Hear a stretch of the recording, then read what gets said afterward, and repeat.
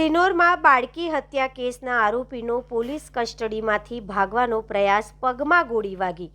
વડોદરા જિલ્લાના સિનોરમાં 5 વર્ષની બાળકીની હત્યાના ગંભીર કેસમાં ધરપકડ કરાયેલા આરોપીએ પોલીસ કસ્ટડી દરમિયાન ભાગવાનો પ્રયાસ કરતા ચકચાર મચી ગઈ છે. આરોપીની તપાસ માટે લઈ જવામાં આવી રહ્યો હતો ત્યારે આ ઘટના બની હોવાનું જાણવા મળ્યું છે. પ્રાથમિક માહિતી મુજબ આરોપી પોલીસ ઇન્સ્પેક્ટરની સર્વિસ રિવોલ્વર ઝૂંટવી લેવાનો પ્રયાસ કર્યો હતો.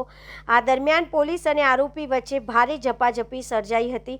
ઝપાઝપી દરમિયાન અચાનક ગોળી છૂટી જતા એક ગોળી પોલીસ વાહનના કાચમાંથી પસાર થઈ હતી, જ્યારે બીજી ગોળી આરોપીના પગમાં વાગી હતી. ગોળી વાગતા આરોપી ઇજાગ્રસ્ત થયો હતો અને તેને તાત્કાલિક સારવાર માટે હોસ્પિટલમાં ખસેડવામાં આવ્યો છે. ઘટનાની ગંભીરતાને ધ્યાનમાં રાખી હોસ્પિટલ ખાતે કડક પોલીસ બંદોબસ્ત ગોઠવી સમગ્ર વિસ્તારને પોલીસ છાવણીમાં ફેરવી દેવામાં આવ્યો છે.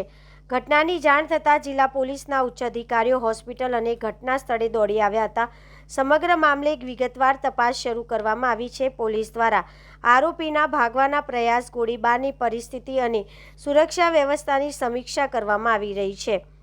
આ ઘટનાએ સમગ્ર જિલ્લામાં ભારે ચર્ચા જગાવી છે, જ્યારે પોલીસ તંત્ર દ્વારા કેસના તમામ પાસાઓની તપાસ હાથ ધરવામાં આવી છે.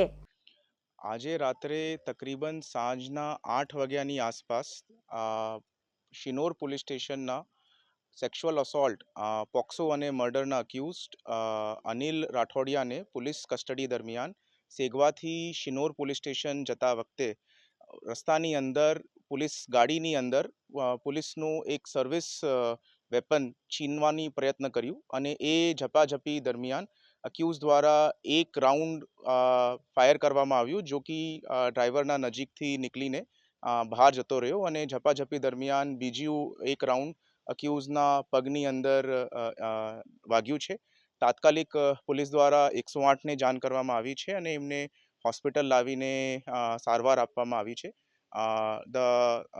ગોળી જ અક્યુઝના પગમાંથી લાગીને બહાર નીકળી રહી છે અને અક્યુઝની કન્ડિશન હાલ સ્ટેબલમાં છે અને હાલ પોલીસે આપની લીગલ કાર્યવાહીની તજવીજ ચાલુ કરી છે.